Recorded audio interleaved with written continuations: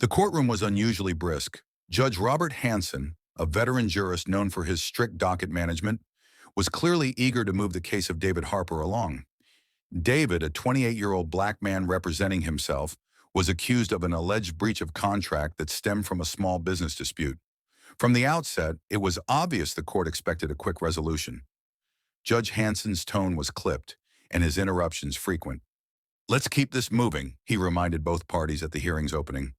David sat patiently, well prepared but aware that the judge's impatience could work against him.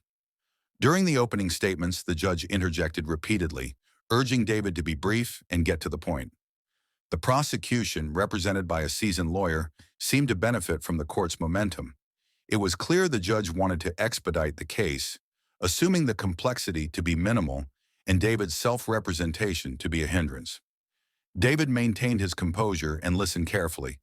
When it was his turn to respond, David requested permission to file a motion to dismiss parts of the case based on procedural errors and insufficient evidence. Judge Hansen, visibly annoyed at the interruption to his schedule, signaled him to proceed but warned against wasting time. What followed was a masterclass in legal precision.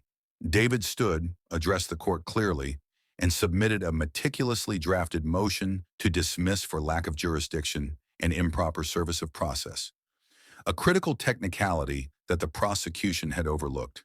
He explained calmly, "Your Honor, the plaintiff failed to properly serve notice to the defendant according to state law. Additionally, this court lacks jurisdiction over the matter due to the contract's arbitration clause." The courtroom was silent.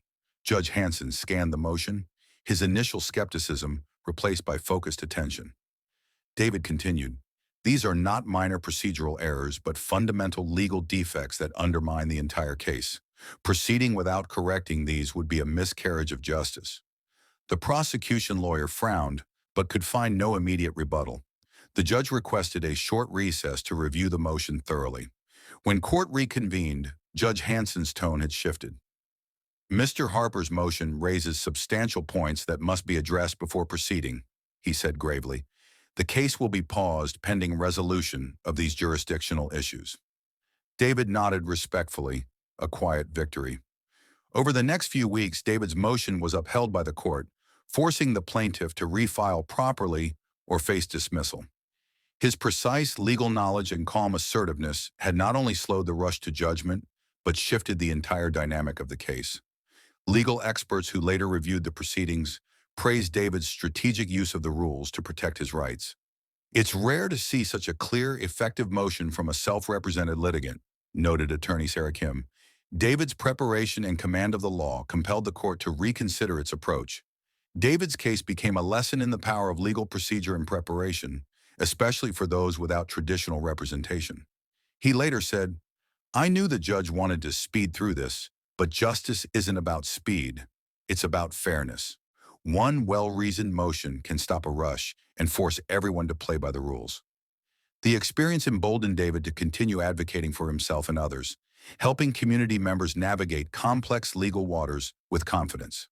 Judge Hansen, once eager to move past the case, now remarked in a legal seminar, "David Harper reminded us all that even the busiest courts must respect the rights of every party, no matter how they come before us."